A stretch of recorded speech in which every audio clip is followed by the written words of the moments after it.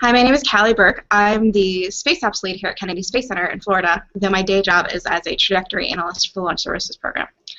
I have Skip and Dan with me, and we're going to talk about what it's like to be on console working at launch. So all the KSC challenges, including 3, 2, 1, Liftoff, Launch That Rocket, we'll each have a panel of NASA Kennedy experts reviewing the videos of any projects that submit for the challenge. So we're going to hold our own judges and award a prize to the top project. And this is separate from global judging. So please, even if you're not nominated for global judging, go ahead and create a project video and any other requirements just like you are submitting for global judging. And if you guys have any questions during this Google Hangout, you can submit them with the Q&A feature. You can use the hashtag #RocketLaunch on Twitter or put them on the Hackpad. So with that, we'll have Skip and Dan introduce themselves. So Skip. All right, I'm Skip Owens. I'm the integration engineer for the Launch Services program, and basically my job is to manage the interface between the rocket and the spacecraft. So on launch day, really I'm focused on spacecraft when I'm on console. My name is Dan Flores. I'm currently a flight controls GNC engineer for the SLS program, SLS Orion. We're working on our first mission, which is EM1. Currently scheduled for 2018. My job right now is to develop the ground command and control system to interface with the vehicle for the launch. And previously, I was a hydraulic systems engineer focused on space shuttle launches. Okay. And just so the audience knows, what does SLS and EM stand for? SLS is a space launch system. It's this vehicle right here, this with Orion sitting on top. And EM1 is the Exploration Mission 1, which is a test mission of Orion, which will orbit the moon at a distant retrograde orbit for about 29 days or so. And so you guys have worked on console. So what has been your role or roles on console before?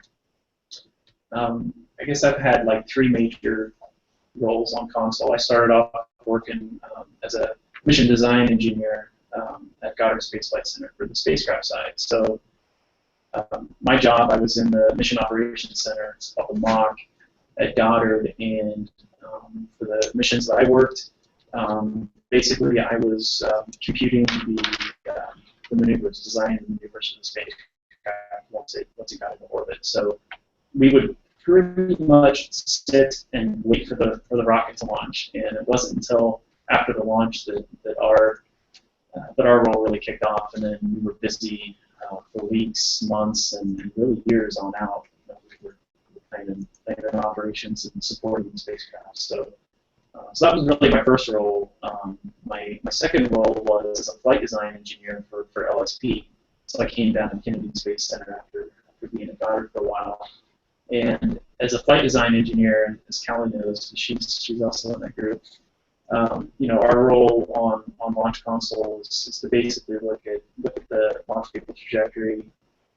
And our biggest role really is monitoring the winds, the wind data that comes in, and making sure that the vehicle has the right stability and structural margins for the particular launch. And that's pretty much from a flight design perspective. Once it launches, we're monitoring the vehicle performance, but our main focus is the orbit that we're dropping the spacecraft off into. So my current role is an integration engineer, and it's kind of unique for the Launch Services program because pretty much everybody else on console with LSP is looking at the rocket. I mean, that's our job, that's our responsibility.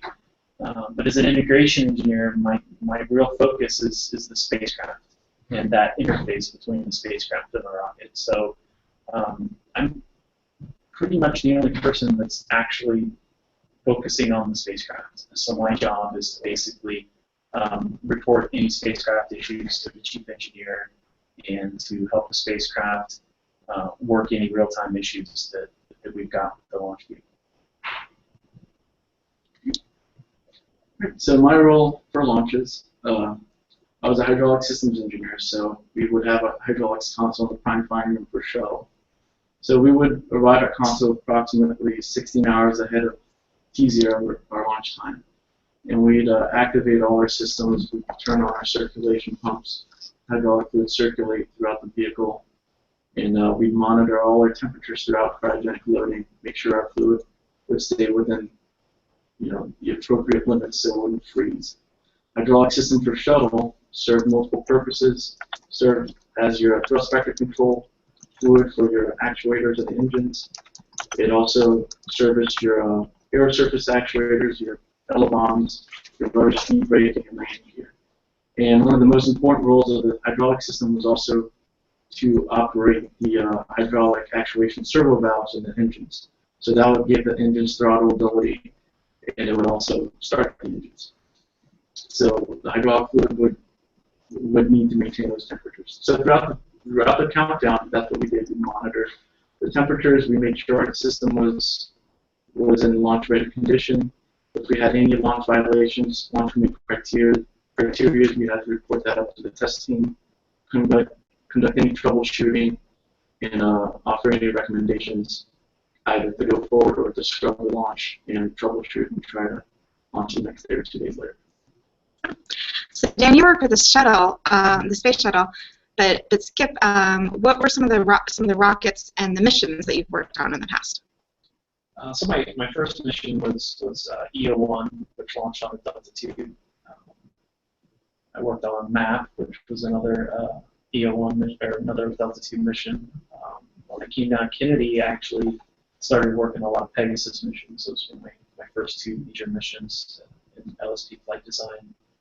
I moved on to Delta II and eventually on to Atlas V. I actually worked the first few missions on Atlas V, so I worked for the certification of that vehicle. I also worked on Delta IV with the OSP, the Orbital Space Plane Program. And then from there, let's see, it was actually when I worked in commercial crew for a while, so I got to work with some other potential launch vehicles outside of what LSP typically flies in some different spacecraft as well. And then coming back to LSP, I got some more Delta II and Atlas V missions. So one of the missions I'm currently working is Solar Orbiter, and they're actually having to maintain compatibility with an Ariane 5. So I'm starting to get a little bit of knowledge and insight in the area. And Skip, actually, I was his backup on our science lab on an Atlas V when I went for my first mission. So we actually worked together on that mission. All right, and so for just pick one of the roles you've had, how far before liftoff on launch day would you arrive on console? Well, let's say for our launch team for Shuttle, we had a couple different members for the hydraulic team, and our first team member would arrive on console approximately 20 hours before launch to activate our system. And we had different milestones throughout the launch. I think the first one was, like I mentioned, at around T-minus 20 hours. Second run around T-minus 16. The prime launch team would arrive around, I'm sorry, these should be L numbers, not T-minus numbers. The prime launch team would normally arrive around L-minus 8 hours so that they can stay over if we needed to perform a scrub turnaround. We had work hour limits around 12 hours, so we could work in time after that. So it kind of varied for me. When I was working on the spacecraft side at Goddard, we would actually come in several days before launch. Not the details, right? We would too. Just launch day. Launch day versus a couple days before. A lot of that was generating products that we were going to need for that launch day if we were to launch. For our actual launch preps, we really didn't have a role until after liftoff, but we would come in hours before launch and get our consoles ready. With LSP and flight design, we're typically there early enough to support the launch of the first balloons. So that's somewhere around 5 or 6 hours before launch. And then as an integration engineer, pretty similar. I don't tend to have to get in quite as early as I did on flight design. So somewhere around 4 or 5 hours before launch. Yeah, some of the team members on the launch team, shuttle launch team, they would have to call stations for space shuttle launch, was typically 2 to 3 days ahead of the T0 time. So some team members would have to, work 3 shifts or work 3 days in a row in launch countdown mode.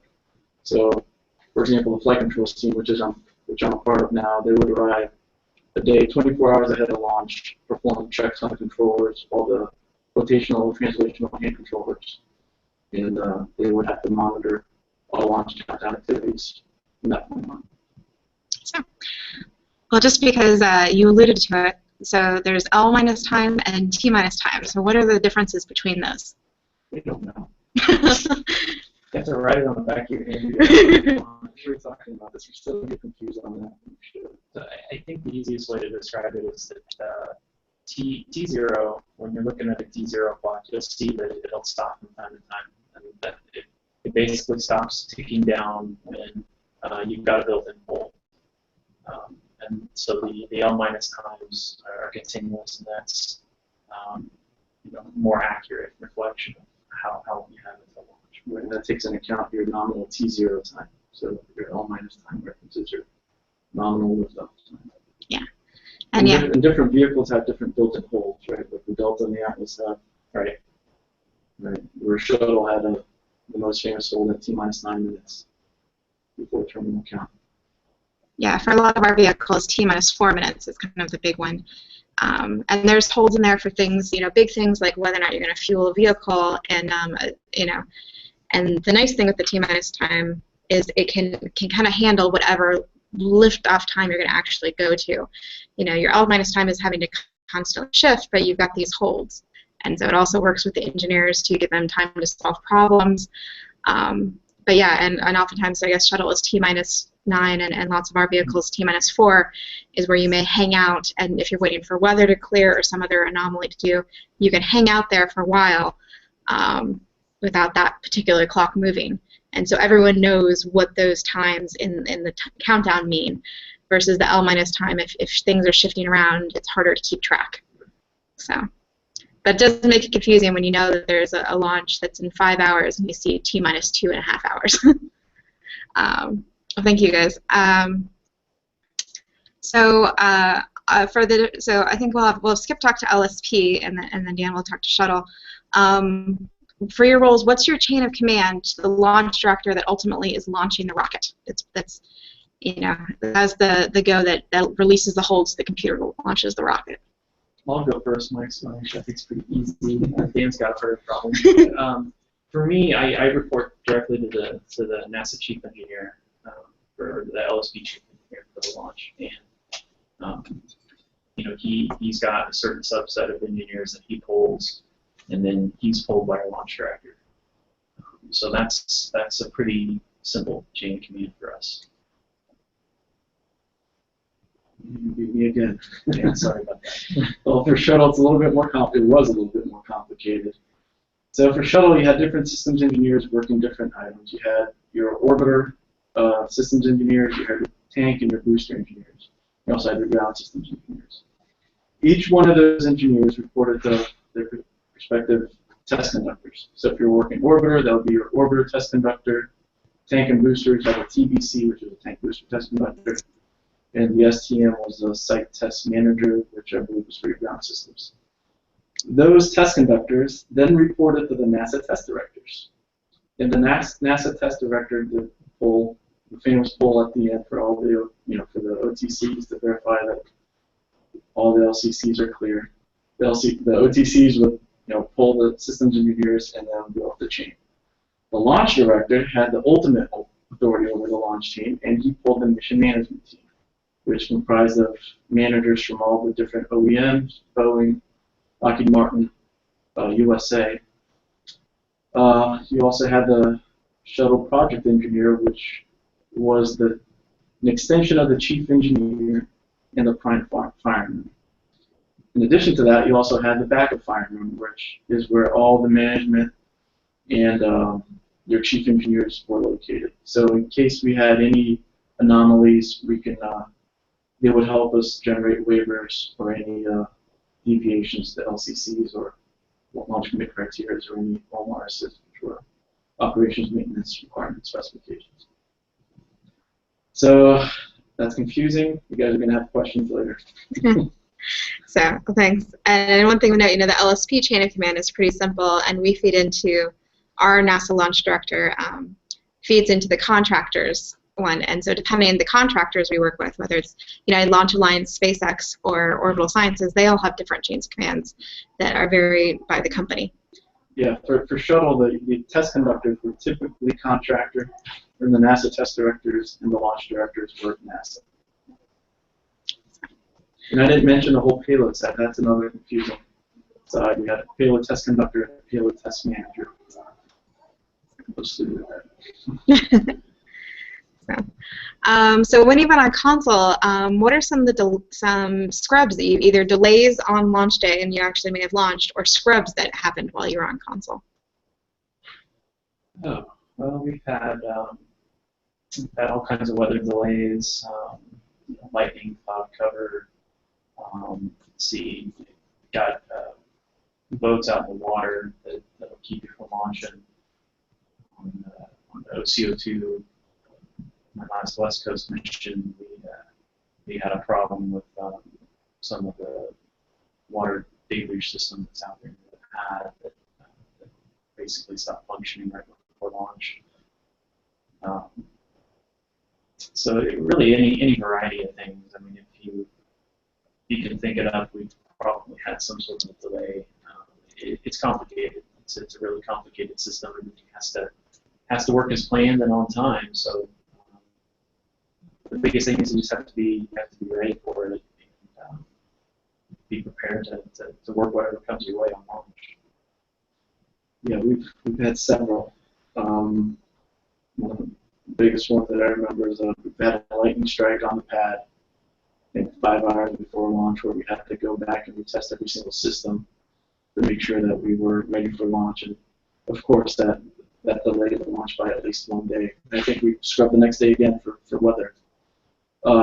We've had weather issues. We've had instrumentation issues. We had one of the last launches for Endeavour. I believe we had a local control assembly. I forget what the hardware was that deactivated a heater on one of the auxiliary power units, and the APU systems engineer noticed that on console his heater was not functioning properly, and at first we thought it was a fault with the heater, when in fact it was a fault with the box that impacted multiple systems, and that delayed the launch by another week or two, where we had to go in, replace the box, retest every single function of that box. Yeah, we've had many issues like that. Probably the ground umbilical carrier plates, the hydrogen vent coming out of the tank. We had a big leak on that. And that affects the safety of the vehicle. We have a hydrogen-rich environment, so that's one that luckily got resolved at the end of the program. Well, then you have stuff you don't even think about, right? Weather, remote sites. Exactly. That was a big deal with Shuttle. Shuttle, we had the RTLS, we turned the launch site.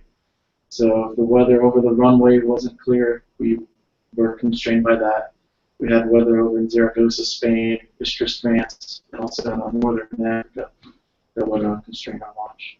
In California, too. Yeah, and for LSP, we have mandatory assets where we have times that we require that we have to be able to get telemetry. So if radar systems or spacecraft, if something's wrong with that system, we may not be able to launch if it's a mandatory asset. So on SDO, we had kind of a strange one. Another asset that's required is the spacecraft mission operations center. Kind of important. You don't want to put the spacecraft in orbit if they can't, control the spacecraft. So we had a massive snowstorm come through Maryland, and in order to make sure that their people were on console the night before, they actually went out with big old 4x4 pickup trucks. It was the only thing that could get through the roads, and they picked up all the mission critical people. They slept at Goddard inside the Mission Control Center, so they would make sure that everybody was there and ready for launch, because we didn't want to hold the launch because we had impassable roads on the mountain. So you just never know what's going to potentially hold up a launch. We had one, again, one of the last 5 launchers or so. We had a water main in the Launch Control Center here at KSC that was really in the stairwell, and it actually flooded part of the LCC. So the building had to be closed for operations. So I think that impacted our launch schedule. I'm not sure. So, It impacted testing for sure. So. yeah, so there's a lot more systems than just the rocket systems that have to be all ready. So, and when there's some people, as far as the boats that might be in the way, there's a parody account called Wayward. I think it's Wayward Boat for when we've had ships that are in the way. For humorous. So talking about that. So when there's delays, what's kind of the feeling for the engineers when there's something like that causes a delay or a scrub? A lot of uncertainty. You don't have a set schedule. Yeah, I mean, everybody's obviously excited to see the rocket get off the ground, and you know, for everybody on all sides, it's you know, an incredibly important event. From the launch vehicle side, it's kind of the end of the story for us, but for the spacecraft, it's the beginning. So it's interesting because you've got people that are looking at it from a different perspective. Some are really anxious because they want to get started, and others are anxious because they want their part to be over, and so they can kind of declare success and move on. So I think it's a mixed bag depending on who you ask. Especially if it's your system that caused the scrub, that has a huge impact to it. You know you're not going to get any sleep anytime soon. Yeah, it's a feeling of panic and then dread. So well, it's frustrating. There's definitely lots of emotions, but intellectually, you know, do engineers have you know, if something comes up and there's a delay, do the engineers understand generally what's the kind of consensus on that? Or Yeah, I think so. I think everybody on consoles, you know, experienced, they're ready for it. It's just something you kind of have to get used to. And I know one thing, you know, for us is, you know, not everybody is really cut out or interested in working console. It's a different environment than, you know, being an expert in your particular system. So we're pretty careful about, you know, respecting people's interests. If they know they're just not really cut out for working in that kind of environment, then they're not on the launch console team. Yeah, and everybody in the fire room is pretty close. You know, from Shuttle, I still work with a lot of the same team members, and we're also pretty close. A lot of us still work together, so it's more like a family in there. I have a question from online. Can you talk about range safety? What's going on with range safety right before launch? Yeah, range safety is a totally different organization from LSP. So they have their own set of protocols, their own standalone center that they're basically monitoring the vehicle and all the different points of telemetry and separate systems. Lots of redundancy. So it's incredibly active, but we really don't have any direct impact on them on launch day, and really by default. I mean, that's by design. They are there to basically protect the public and protect the infrastructure. So they have a much different mission than we do. Who's responsible for range safety? Air Force, the range. So. And that's how it works here at for Kennedy Space Center in Cape Canaveral, although at NASA Wallops, the range is actually maintained by NASA. So it varies launch site to launch site. But yeah, they are definitely, the public is key. And they have, you know, we work with the range leading up to launch. Our launch vehicle contractors have to feed them data products to basically feed into their consoles and their displays, so they have all the right criteria to evaluate during the launch countdown and during the flight itself. But as far as the launch countdown itself, we're really not involved with the range there. They do have the ability to hold the launch as well, right? At least for Shuttle, they would do that. They would coordinate with the NASA test directors, and they were a constraint to launch. So yeah. There's some hardware interface in there too. Yeah, and there's obviously communication between the launch director, but typically at the level that I'm used to working at in the console, there's no. Yeah, for the systems. Yeah, and that's part of NASA. For NASA's safety culture, the public is considered the most important thing that we protect, followed by the astronauts, our workforce, and then our equipment. So that's why it's a big thing. So thank you guys. And let's see. What are red lines? Well, for shuttle, I guess we would call them LCCs, and those are the parameters that you monitor for launch. Launch commit criteria? Right, your launch commit criteria. So you have your red lines, which are your thresholds, your maximum values for those measurements, for example. So for hydraulic pressure, that would be 3,200 psi, 3,400 psi.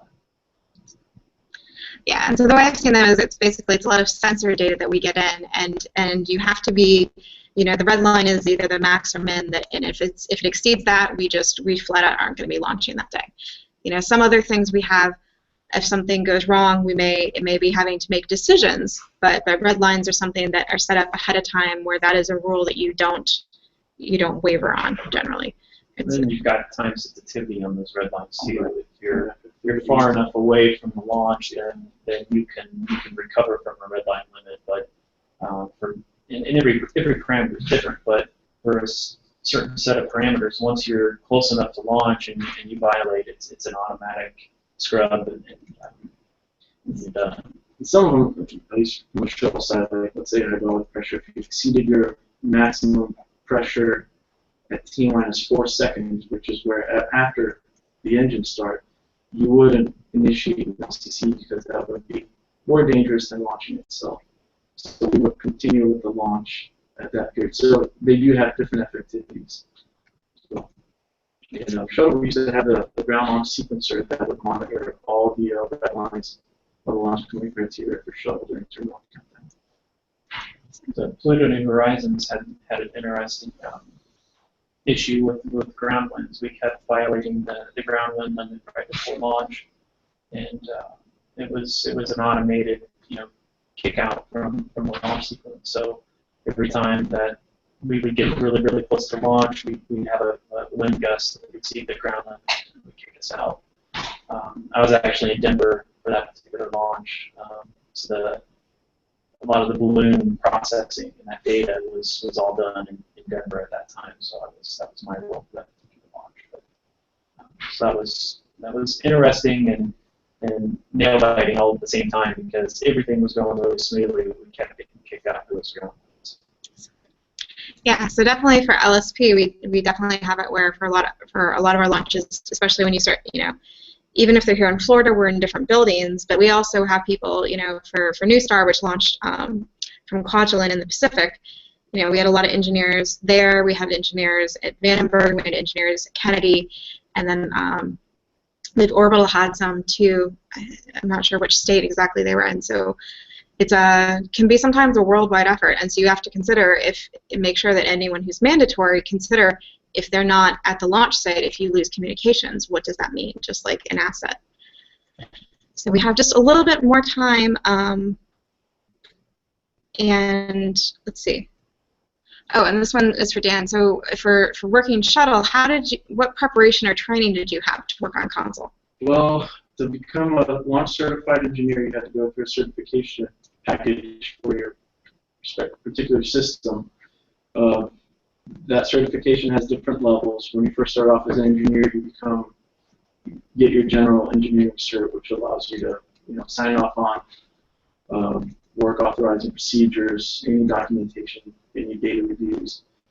And then you work up the steps from just signing and generating documents that do non-hazardous testing, and then performing hazardous testing, and then eventually you get your launch certification cert, which has to include a minimum of sitting in a training seat for launch for 2 launchers or so. Once you have your launch certification, for every launch, you have to do a launch simulation and you have to do a dress rehearsal. Now the dress rehearsal is what we call the Su-17, which is when the astronauts used to fly down here. They would suit up and they would go out to the launch pad and kind of the standard launch countdown with a scrub in the last 3 minutes of the launch. Right. For that, we would just sit on console. For our system, it was passive. We didn't really have anything to monitor. Nothing was really on or running. We would just simulate everything. Now, for the other simulation, for the launch countdown simulation, we call it Su-44. The simulation team would throw in all sorts of different faults and anomalies that we never really saw on launch day, but that really had us trained and that really kept us on our toes. And a lot of people on the launch team dreaded that day, but I actually loved it because it was pretty exciting.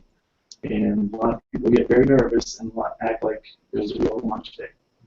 In fact, the first time that I sat my first dress rehearsal, where everything was passive and I was sitting on console, I got very nervous. Even though I knew the rocket wasn't going anywhere, I wasn't going to damage any hardware, but you still had that excitement, seeing that clock tick down to getting close to zero.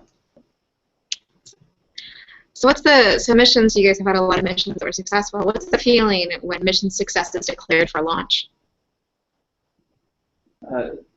For me, it's a lot of relief because there's a lot of work going into leading up to the launch. Typically a lot of hours.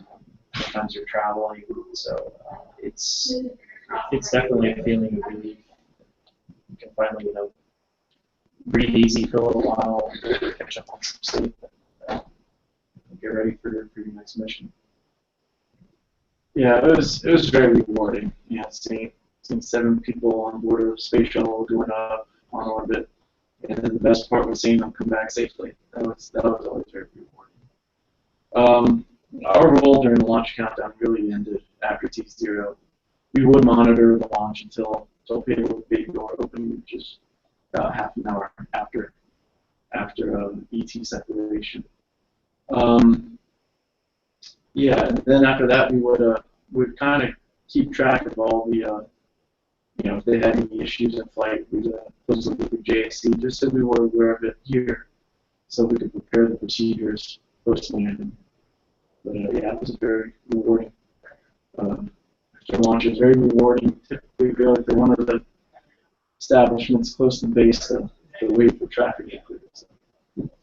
Oh yeah, that's a thing that if it's a big launch, either some of our interplanetary and a lot of the shuttle ones, especially towards the end, you'd have to, if you're local, you made sure you knew the routes that were the least traveled. So it was a lot of fun. One time, one of the never launches we had, 3 scrub turnarounds in a row, and it would take me 3 hours to drive home after scrub.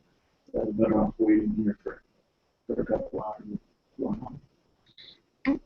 Well, we're going to wrap it up. Is there anything else you guys wanted to mention about your experiences or things you thought it would be interesting to see people incorporate into the game or experience, whatever they develop? I would say probably one of the most challenging is just the crisp, clear communication, especially when things are really hectic.